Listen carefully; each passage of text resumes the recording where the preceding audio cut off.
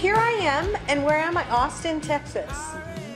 It's Leilani Cawthon, CEO of Learning Council News Media and Research. Happy to be here. We've had really good conversations today. Unfortunately, you had to miss some of them, so you're going to be, sideswiped by some of these questions. But we'll be careful with you. So we talked a lot about leading the learning matrix. And you are April Requard. Did I say that right? Requard. Requard. French. It used to be Smith, so. And then you married somebody. Okay, Requard. And you are the Education Technology Coordinator for Dripping Springs ISD in Texas here. How far are you from Austin Central? It's about, drive-wise, it's about 30 minutes. Oh, not like hours and hours and hours. It does. Yeah, depends on the traffic and accidents on the way. Well, we're gonna talk to you a little bit about what we talked about earlier, which is like I said, leading the learning matrix. And at your point of address, you probably are seeing hundreds, maybe thousands of apps running around. The trouble with tribbles, basically, on deck. Talk to me about that. Like, what are you seeing on the ground for things that the teachers are using or want to use? Or I think there's a lot of things that are district-supported, approved apps that are great, but everyone's always searching for more. And so then it's just that information overload, right? It's too much. And so just that paring down and making things just a little bit easier and having maybe one or two things that can do something really well versus a million things that can do half the, a little bit here and there. Yeah, this is a story we're hearing all over the country. The other story that we're hearing, and this time also from the publisher side. I don't want to name the publisher, but we all know the big publishers. They come in with like truckloads of stuff, right? Here's something for everything, right? And they sell you like $50 million worth of stuff. Unfortunately, the way that is often structured is not modularized. So you can't like search it and go, fractions adding and subtracting or blah, blah, blah, blah, blah, blah. It doesn't run through recommendations engines and pop out, here's the thing you need, right? So what do teachers do? They go to Teachers Pay Teachers and they search for the one thing they need because in their minds, they're building this part of the curriculum map, this part, and they need this. And somebody's given them this, right? The whole thing. And so are you seeing that too? Because the publishers are witnessing that they need to figure out a way to disaggregate and chunkify. Are you seeing the same thing? Yeah, I mean, I definitely think that there's, you're kind of searching for this one thing or product that will do, like you just said, this one thing. But I think that what I try to do is teach teachers how to make their own types of things that function and give kids the opportunity to create and design and learn and interact with that content on their own, whether that's like a Keynote template on their iPad or a slide deck in Google Slides or something in Canva or something that they can create where they can manipulate things and it almost acts as maybe an app would that they would want kids to practice on. Okay, so when they something can create, with activity. Yeah, when they can create their own, then it takes out that need to search for that one little piece in one application where you just need that little piece. Perfect point. And now I'm imagining in my mind, the next question is naturally, if I'm a teacher and I'm teaching all of this roadmap of curriculum, or the pacing guide I was given said, I got to teach all this stuff this year. Standard, standard, standard, standard. And I hit that point where I'm missing something. I'm probably, and hopefully you're teaching them this, and you're probably going to say yes, I'm probably thinking to myself, I'm going to give myself 20 minutes to find it, and if not, then I'm going to build it. Because if I go past 20 minutes, and I'm still trying to find, I'm not getting it done. There's a fine balance there, right? Because if you can find something that's high quality, that's already like built like a game, and you log in and you get to pick out your spaceship and blah blah blah, and it shoots around, it's awesome, right? Versus build on your own a document or something that's kind of flat, it's kind of, the kids are coming to school, they're all playing Minecraft, and they come to school and you give them a document, they're like, what, you know? So are you thinking in this sort of the same way? Is this sort of like how you think about it? Well, yeah, but also at the same time, I feel like we're teaching our teachers that you can't just go and find whatever you want and use it because of data privacy. That's true. And so those things have to be vetted before you can log in. And that's the tricky part. If there's no login, you're golden. If there's a login, you're not. And so you can't use it. Just, you know, you get excited about learning something, you want to use it tomorrow, but you can't, right? And so I think that I love it when there's no login, and I'm like, yes, you know, especially if it's a great tool. But when you say, you know, it's flat, I would probably disagree, because I think that, like, for example, let's just say you're doing base 10 blocks and you really want students to have like some, you know, interaction with base 10 blocks, but you don't have any base 10 blocks, or you want them to build their own. You can teach kids to build their own, so the teacher doesn't have to build that content, right? Because who has time, right? Yeah. But if you can teach the kids how to make their own, then, you know, we're dragging and dropping, we're moving, we're sorting, so they still get that experience, maybe not without like spaceships and all of that, but Yeah. they still get that experience. Yeah. Base 10, we're talking math, because you almost lost me. I said, like, my mind went to base camp. Like, in you know, the bit, military, like base what? 10 What? blocks where you have like the hundreds and the Yeah, okay, tens okay. and the ones, you know, the little cubes. Yeah. Old school, you know, Yeah. manipulative, Yeah, you know. there's definitely a infinite scale on what is, you know, flat versus what is like super duper awesome. Like, oh my gosh, I'm in a virtual world, like moving around with like, you know, aliens and blah, blah, blah. And I can pick up my own avatar body, and I got weapons, you know, and all kinds of stuff. There's definitely like an infinite scale here. But there's still this issue with, I want to do this, right? So out here in the publishing world, they're selling, bam, everything, soup to nuts, rah, rah, rah, right? And teachers are still, because curriculum maps change constantly. It's like somebody above you comes running in, you got to do this now with everybody, April, and they're like, what do we do? We're teaching what again? What? And so all of a sudden, that chunking ability, that ability to change on the fly, is really important. So I don't see that changing, do you? That just change Churn. of pace. Yeah. Yeah, no. There's a churn. Yeah, and that's another one of the problems, right, that we're confronted with. There's a constant churn of like what your next directive is. Right. Do you feel that sometimes, because we hear this in other districts, and I know you guys are all nodding your head, that there's fatigue? Just give me one more thing, I'm going to lose my mind, right? You see that? Oh, yeah. And then you have somebody like me who's got this bright idea, and, oh, you should try this. And, you know, teachers are like, get away from me, you know. Yeah. Running down the hall Yeah. away from you. Here comes April, run! Yeah. Oh, here she comes with a new idea. Yeah. Yeah. Because I'm not in the trenches with, you know, I'm not in the classroom. And so, yeah, I do feel like I have to tread carefully in that space. But are we definitely seeing an uptick, especially since the pandemic, in willingness to do tech in play in the classroom? What do you think?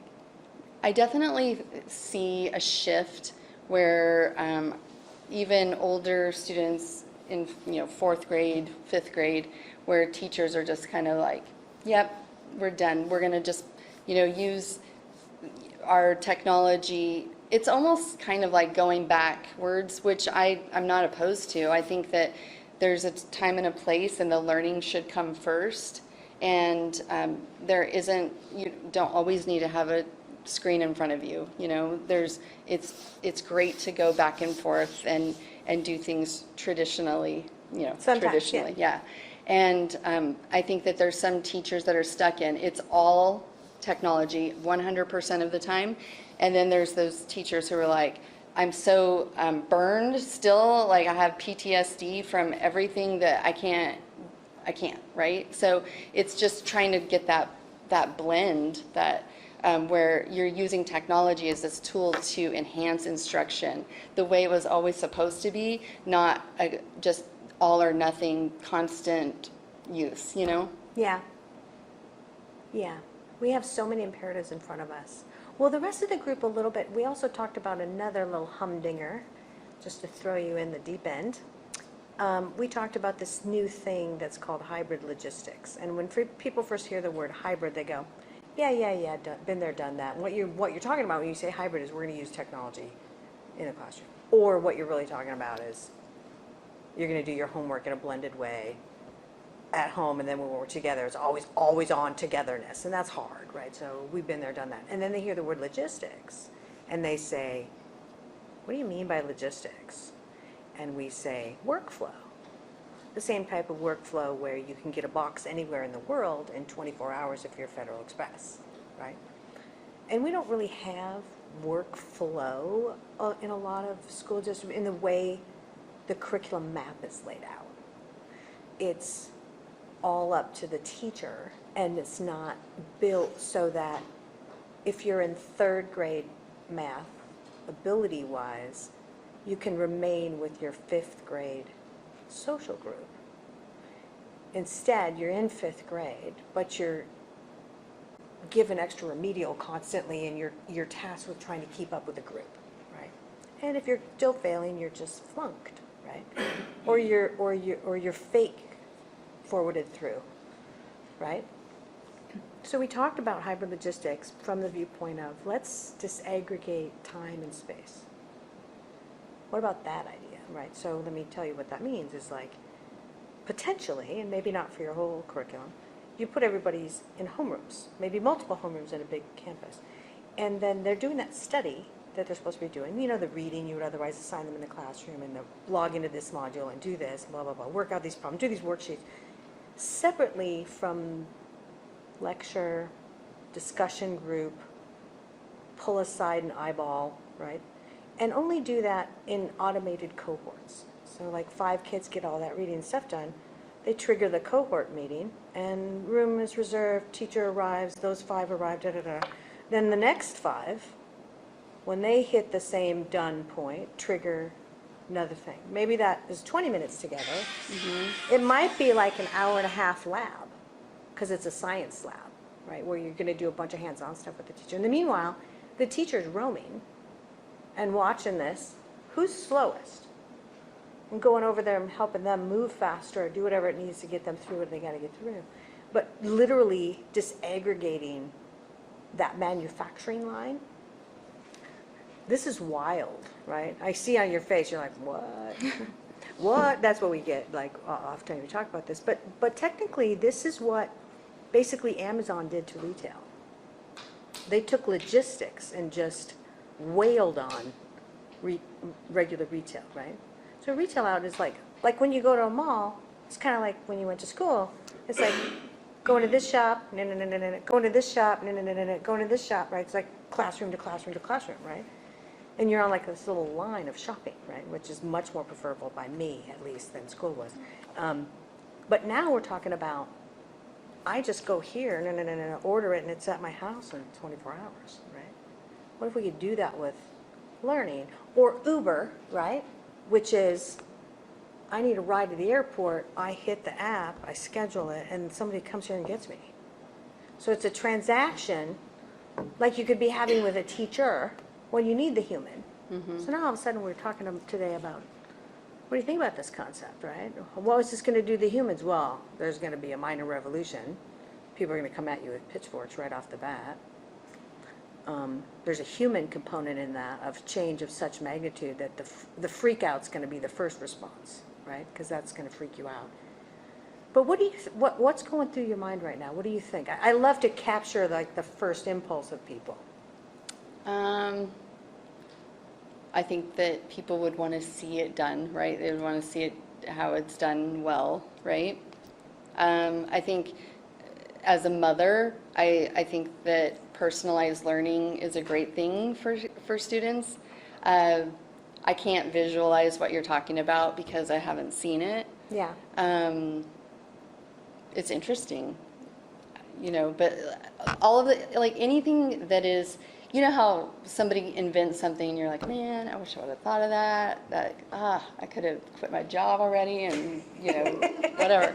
It sounds like one of those ideas, like if it works and it's great, then, I mean, nothing ever advances without somebody doing it and taking the risk to make it happen. So I think that people would need to see it Yeah. to even, you know, because even just listening to you describe it, I'm like visualizing it in my mind, but you can't really, you know, visualize it until you see it, you know? Yeah.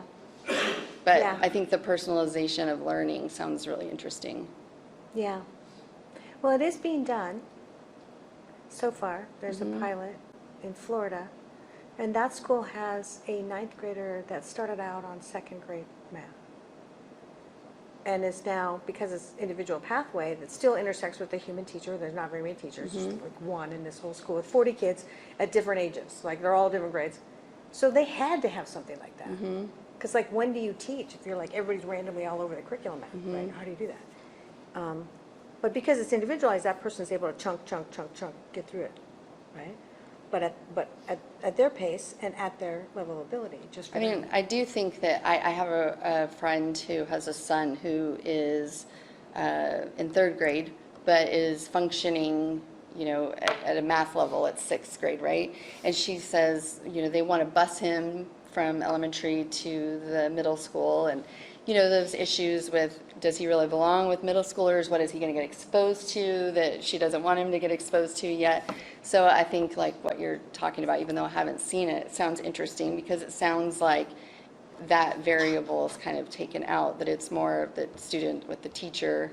Yeah, when in that case, that student could be at the point of the meeting on WebEx with that teacher, wherever they are, right? A lot of like some of the special needs, the vocalization training and stuff that some kids need is done via WebEx, right? Like a lot of that, like that kid goes to the corner for a little while and does that lesson, right? Yeah, it's an interesting point. But I think that the point that is fueling it, and this is another reaction I want to see from you, is the teacher shortage, which is majestic. I think it's actually not as bad here in Texas as it is, as we're seeing in other states. I think it's pretty bad. Yeah, it's pretty bad. So if you literally can't keep your classrooms full of teachers, or you end up with 60, 80 kids in a class, you have to think about model, right? So I think that's why we're getting interested in it beyond just the initial interest of, hey, it'd be really great to personalize everybody's pathway. That would be awesome. But the real driver is you can't get the human teachers. So you have to start thinking about isolating, what is it like to be a human? What is the true skill of a human teacher? And how do we separate that from the studying so we can elevate it and cause it to roam and handle the teaching that we really need to? We still want lecture once in a while, right? We want a discussion. But how do we shift so we take the skill we really need and leverage it more? And if that could be being done, I think it's a game changer for everybody, right? But it's really being driven by the shortage, which isn't going to be fixed by research till like 2030, when the last part of Generation Alpha, there's a little bit of a wave, then those kids are graduated, right?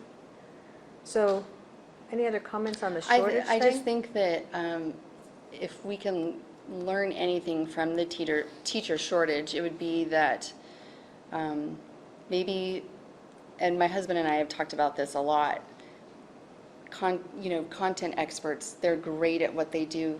You know, there's that teacher of the year that you're like, gosh, I wish I could just multiply that person. So that to me would be the best model, right? Is for the kids to learn from the best instructor, and then maybe have some support of that one-on-one experience, you know, in the classroom from somebody who maybe isn't as great at delivering that content. But you can't substitute that amazing knowledge that this one teacher might have in this one particular subject. They're just awesome, yeah. Well, we kind of see a little bit of an example of that in Khan Academy, right? Like, they had some experts, and they started videoing themselves, and pretty soon Khan Academy was born, right? Which is being used all over Texas, right?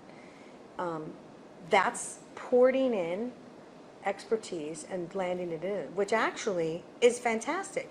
But what's then happening is the teacher who should have had the expertise is using outside expertise. So what are they doing now? Right? So then all of a sudden you start to see, hey, I could resource allocate, right? I could take that teacher and use them maybe for something else they're even better at. Maybe they're fantastic at curriculum writing for something else, or they're fantastic like project coordinator and creating creative projects for the kids to do around that math, right? And they should be like a stager of projects, right? Like awesomeness, right? So there, I think we're in this moment of what are we really good at? There's this balance, we talked a lot about it, a lot today, between what is the role of a human and the technology. Because we've talked about it for a long time as a tool, like it's just a tool to augment the classroom. What if we could do a lot more heavy lift to isolate what it means to be a human and use that expertise as humans to human? Like, let's be human with each other, right? Like, what if we could really have teachers eyeball you a lot more and know your name and know everything about you? Not that a lot of them don't, right? But what if we aimed in that direction? What are your thoughts on that balance? Because I feel like it's a little off right now.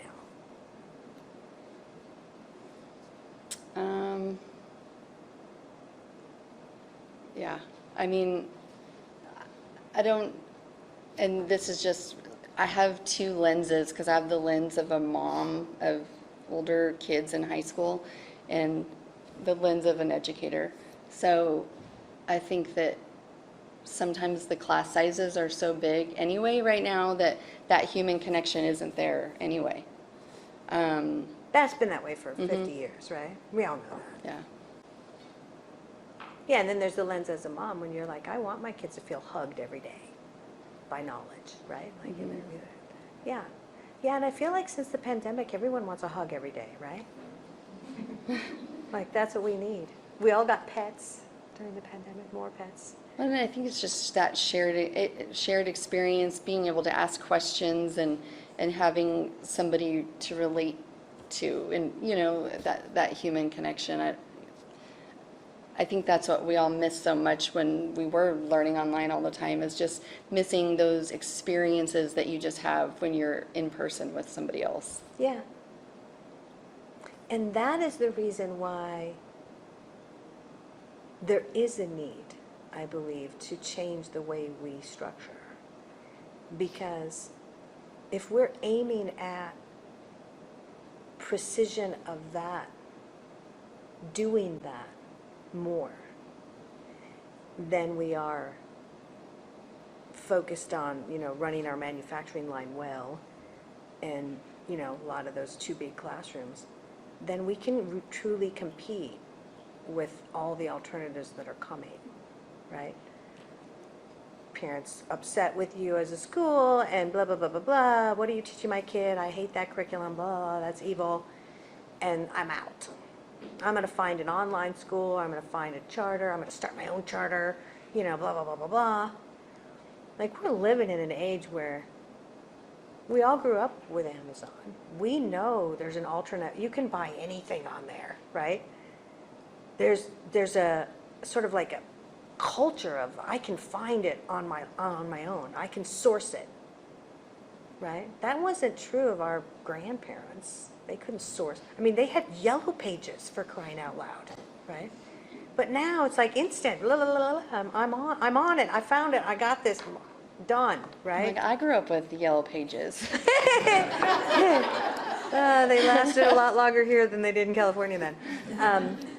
Yeah, but we're at a moment, right? I really feel that way. And I think also the pandemic taught us that our humanity is more precious to us than we ever thought. You know? And we want it elevated. We want it to be better. And that's also another pressure. Yeah. Okay, so let's go back to something more practical for you, and then we'll like ask the audience to ask you questions. What's your favorite app right now? Let's tell the audience, like, what's your favorite stuff that your teachers are using?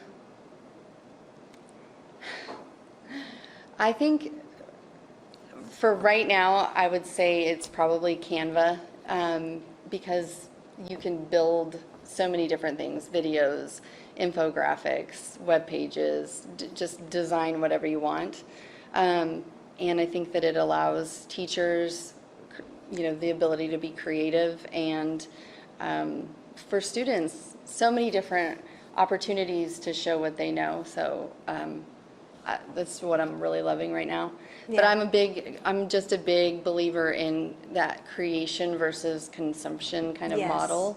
So my other go-to that I'll always talk about, and anyone who knows me well would say that Keynote and it's an Apple app, is my favorite tool of all time. So if there's something that I can't figure out how to do in Canva or something else, Keynote is my go-to. Nice advice. I like it. And I like the idea that you're focused also on the creative side, because now I'm hearing schools say, like, instead of a essay, you can submit a video. Right. You can verbalize, which is great, because you know that some people, that's their channel, right? Like, they're Right. going to do it that way. Actually, a lot of kids. Especially when we talk about personalized learning, it's this is what the content was. Now show me what you know, and you can do it this way, or this way, as long as you cover these parts and give kids those opportunities, because that's how it is in the real world, right? We're all going to go to what we want to use to make this presentation or convey this message, and I think that we should give kids those same opportunities. Absolutely, absolutely. Well, this has been fun. This has been really fun.